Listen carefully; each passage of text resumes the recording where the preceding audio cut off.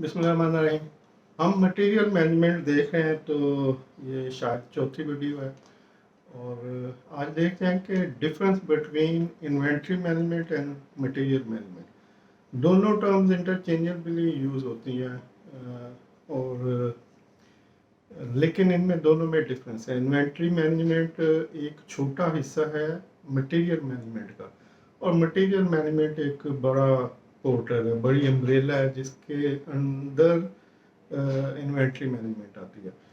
और पहले inventory management को देख लेते हैं कि इन्वेंट्री मैनेजमेंट बेसिकली किसी एक स्पेसिफिक एरिया में, जैसे कोई स्टोर है, वेयर हाउस है, उसके अंदर जो चीज़ें पड़ी हुई हैं उनको मैनेज करने को इन्वेंट्री मैनेजमेंट कहते हैं। अब उनको आप किस तरह से मैनेज कर सकते हैं कि उनकी वो सारी लोडिंग, अनलोडिंग, स्टेकिंग, उनको उनकी रिकन्सिलेशन, उनको इश्योरेंस करना, उनके प्लानिंग करना कि कितने पड़े हैं, सेफ्टी स्टॉक क्या है, कितने पड़े हैं और कितने का ऑर्डर अभी देना है, कंजम्पशन कितनी है, ये सारी इन्वेंट्री मैनेजमेंट है। तो इन्वेंट्री मैनेजमेंट से मुराद है कि इंटरनली किसी वेयर हाउस या स्टोर के अंदर जो चीज़ें पड़ी हैं उनकी जो मैनेजमेंट है उसके रिलेटेड। आप बुक में जो डेफिनेशन लिखी हुई है वो भी आपको पढ़ के सुना देता हूँ कि inventory management on the other hand specifically deal with the control and oversight of the quantity, location and movement of finished goods, raw material, work in progress items and other items held by an organization। हाँ, वो जो सारा कुछ जो भी raw material store है या finish good store है, तो उसमें जो कुछ पड़ा है उसको मैनेज करना कि क्या कुछ है, किस लोकेशन के ऊपर पड़ा है, कितनी क्वांटिटी है। लोकेशन से मुराद है कि अगर वेयर हाउस मतलब एक बड़ा वेयर हाउस है या मल्टी स्टोरी वेयर हाउस है, तो किस जगह पे, किस लोकेशन के ऊपर कौन सी आइटम पड़ी है। अगर 10 डिफरेंट आइटम है तो कौन सी आइटम का कौन सा फ्लोर है या कौन सी जगह है जिस जगह के वो ऊपर पड़ी है, क्वांटिटी कितनी पड़ी है, लोकेशन उसकी क्या है, उसकी मूवमेंट के मतलब क्या प्रोसीजर बना हुआ है कि आपने कैसे उसे हैंडल करना है, इन आउट कैसे करना है या उसको उठाना कैसे है। जैसे कि डेंजरस गुड्स और नॉर्मल गुड्स में फ़र्क होता है, तो उसके जो प्रोसीजर है, रूल्स रेगुलेशन है, वो किस तरह से बने हुए हैं। It involves activities such as determining optimal inventory levels। हाँ, इन्वेंट्री लेवल उस लेवल पे होना चाहिए, यानी ऑप्टिमल से मुराद है कि जहाँ पे ना आपका लॉस हो और ना ही आप किसी रिस्क के अंदर है। मतलब जितनी आपको ज़रूरत है उतनी इन्वेंट्री होनी चाहिए। मतलब जिस वक्त ज़रूरत हो उस वक्त इन्वेंट्री। इन्वेंट्री का मकसद ही ये है कि आपको जिस वक्त ज़रूरत हो उस वक्त वो चीज़ अवेलेबल हो। अगर वो ज़रूरत के वक्त अवेलेबल नहीं है तो इसका मतलब कि फ्लॉप इन्वेंट्री मैनेजमेंट है। यानी आप इन्वेंट्री इसीलिए रख रहे हैं, इन्वेंट्री से मुराद है कि आपकी वो महफूज चीज़ें जो अगले कुछ टाइम में आपकी ज़रूरत पड़ सकती है। वो कुछ टाइम सेम डे हो सकता है, नेक्स्ट डे हो सकता है, अगला एक वीक हो सकता है, अगला एक माह हो सकता है। तो अब आपने ये देखना है कि मेरी जो अवेलेबल चीज़ें हैं और उनकी जो ज़रूरत है उसको मैं किस तरह से मीट कर सकता हूँ कि मैं उसका उतना स्टॉक रखूँ कि मेरी ज़रूरत पूरी होती रहे लेकिन एक्सेस स्टॉक ना हो। फॉर एग्जांपल एक आइटम डेली एक पीस यूज़ होता है, और आप जब ऑर्डर करेंगे उसकी नई आइटम, तो वो 5 दिन के बाद आपको मिल जाती है। तो इसका मतलब है कि आपके पास 5 दिन का स्टॉक तो कम से कम होना चाहिए, या बहुत आप सेफ साइड पे रहे तो 6 दिन का रख लें।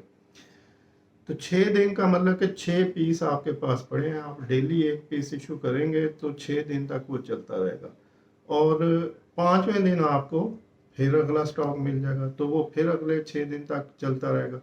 तो इस तरह से आपने इन्वेंट्री को ऑप्टिमल लेवल पे रखना है कि आपके पास ये नहीं कि आप 5 दिन बाद अगर आपको स्टॉक मिल सकता है तो आप 10 दिन का स्टॉक रख लें। तो इट मीन्स कि आपने 5 दिन का एक्सेस स्टॉक अपने पास रख लिया।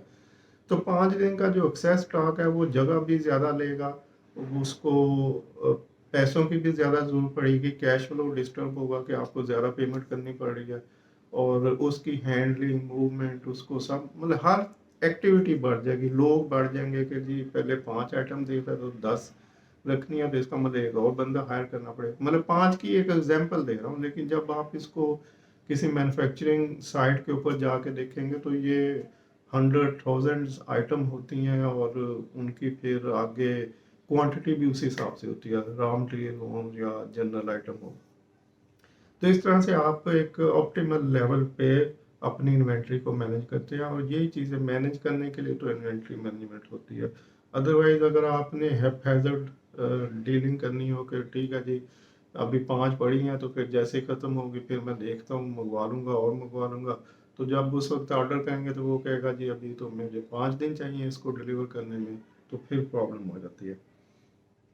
अच्छा, अब तो इन्वेंट्री मैनेजमेंट होगी आपकी इंटरनल मैनेजमेंट, जो आपके वेयर हाउस और स्टोर के अंदर की मैनेजमेंट होती है। अब देखते हैं कि जो सॉरी मटेरियल मैनेजमेंट है वो क्या चीज़ है। तो मटेरियल मैनेजमेंट ओवरऑल एक बड़ी अम्ब्रेला है जिसके अंदर इन्वेंट्री मैनेजमेंट आती है। तो जो मटेरियल मैनेजमेंट है वो प्लानिंग से शुरू हो सकती है, बल्कि प्लानिंग से भी पीछे डिज़ाइनिंग से शुरू हो जाती है कि आपने आपकी जो रिक्वायरमेंट है आप उसको पहले सोचते हैं कि मेरी रिक्वायरमेंट जो है वो उसका ये शेप होनी चाहिए, या उसका ये डिज़ाइन होना चाहिए, या उसकी ये इस तरह की उसकी क्वालिटी होनी चाहिए, इस तरह की उसकी जो भी आप उसमें चाहते हैं।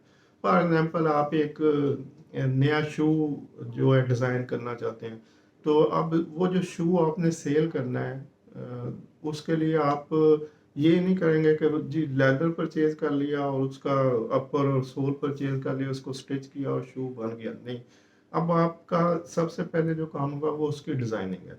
यानी ये प्लानिंग से जो स्टार्ट होगा वो डिज़ाइनिंग होगी कि जी आपका जो आप जो शूज़ सेल करना चाह रहे हैं उसका डिज़ाइन क्या होगा। तो आप डिज़ाइन के ऊपर पहले फोकस करेंगे, और डिज़ाइन के ऊपर फोकस कैसे होगा कि आप डिफरेंट जो सप्लायर्स होंगे या डिज़ाइन रिलेटेड कंसल्टेंट होंगे उनको कंसल्ट करेंगे, उनको बताएंगे कि हमें कुछ इस तरह का डिज़ाइन चाहिए, उसका अपर ऐसा हो, उसके लेसेस ऐसे हो, उसका सोल ऐसा हो, उसमें ये चीज़ें ऐड होनी चाहिए, या इस तरह का डिज़ाइन हो। तो ये सब चीज़ें जब आप डिफरेंट कंसल्टेंट को बताएंगे, डिज़ाइनर को बताएंगे, तो वो आपको अपना अपना डिज़ाइन प्रेजेंट करेंगे कि जी ये देख लें, ये देख लें। तो उनमें से फिर आप किसी एक डिज़ाइन को क्वालिफाई करेंगे कि जी ये डिज़ाइन हमें ठीक है, ये फाइनल है। तो अब उस डिज़ाइन को सामने रखते हुए फिर आप उसकी मटेरियल प्लानिंग करेंगे कि अच्छा इसके अंदर लेसेस कितनी उसकी वो जो मेजरमेंट क्या है, उतनी मेजरमेंट के लेसेस चाहिए, कोई स्नैप्स वगैरह लगे हुए हैं, बटन लगे हुए हैं तो वो कितने चाहिए, लेदर किस टाइप का हमने सेलेक्ट किया उसकी कितनी क्वांटिटी चाहिए, सोल किस तरह का है उसकी कितनी क्वांटिटी चाहिए, कोई गम लग रही है, ग्लू लग रहा है, कोई धागा लग रहा है, जो भी चीज़ें उसमें इन्वॉल्व हो रही हैं, ये अब सब सारी प्लानिंग है कि अगर हमने 10 लाख शूज़ बनाने हैं ये इस डिज़ाइन के, तो हमें 10 लाख शूज़ के लिए जो जो चीज़ें उसमें इन्वॉल्व हो रही हैं उनकी कितनी कितनी क्वांटिटी चाहिए।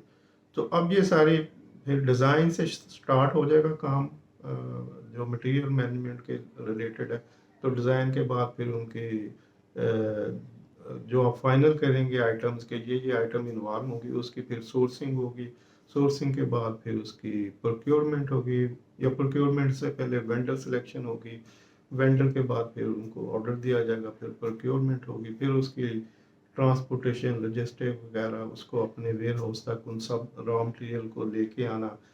उसके बाद जब आपके स्टोर में वो सारा कुछ आ जाएगा तो अब आपकी इन्वेंट्री मैनेजमेंट शुरू होती है कि आपके स्टोर में कितनी कितनी चीज़ें पड़ी हैं। जितने आप 1 लाख शूज़ बना रहे हैं तो 1 लाख के शूज़ के एक दिन में नहीं बन जाएंगे। फॉर एग्जांपल 1000 शूज़ एक दिन में बनता है, तो इसका मतलब 1 लाख शूज़ 1000 दिन में बनेंगे, या 100 मल्टीप्लाई कर लीजिएगा, मेरा मैथ कमज़ोर है। तो अगर 1000 एक दिन में बनते हैं तो 100 डेज में इसका मतलब बनेंगे, तो आप 100 डेज की इन्वेंट्री नहीं एक ही दफ़ा परचेज कर लेंगे। अब आप देखेंगे कि इनमें कौन सी चीज़ कितने इंटरवल से हमें मिल सकती है, जब हम ऑर्डर करें तो कितने इंटरवल से मिल जाएगी। तो उस हिसाब से आप देखेंगे कि भाई अभी हमें 5 दिन की इन्वेंट्री रखनी है, 5 दिन के शूज़ बनेंगे तो हम 3 दिन बाद फिर अगला ऑर्डर दे देंगे, फिर अगले 5 दिन की इन्वेंट्री आ जाएगी और हम 7 दिन के बाद फिर एक ऑर्डर करेंगे, उसके बाद अगले 5 दिन की इन्वेंट्री आ जाएगी। तो इस तरह से अब ये आप इन्वेंट्री मैनेज कर रहे हैं, आप एक ही दफ़ा टोटल जो आपकी रिक्वायरमेंट है उसको परचेज नहीं कर सकते। तो ये अब इन्वेंट्री मैनेजमेंट का हिस्सा हो गया। लेकिन इन्वेंट्री मैनेजमेंट से पीछे जो था वो मटेरियल मैनेजमेंट है, लेकिन इन्वेंट्री मैनेजमेंट भी मटेरियल मैनेजमेंट का ही हिस्सा है। अब वो जो लोग मटेरियल मैनेजमेंट कर रहे हैं वो इन्वेंट्री को भी लुक आफ्टर कर रहे होते हैं कि हाँ भी हमने जो प्लानिंग की है तो उस हिसाब से क्या इन्वेंट्री अवेलेबल है और क्या उस हिसाब से जो नए ऑर्डर है रिक्विजिशन जा रही हैं।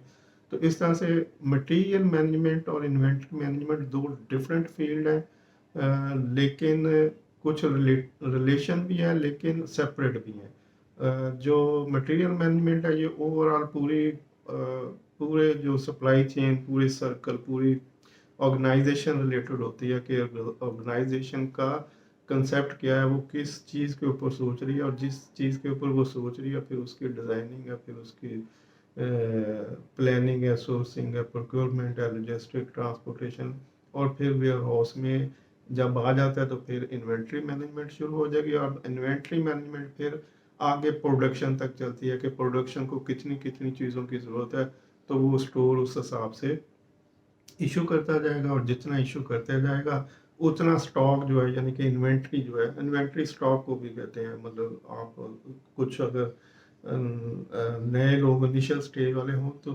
इन्वेंट्री से मुराद होता है कि आपके पास स्टॉक है, यानी इन्वेंट्री मीन स्टॉक।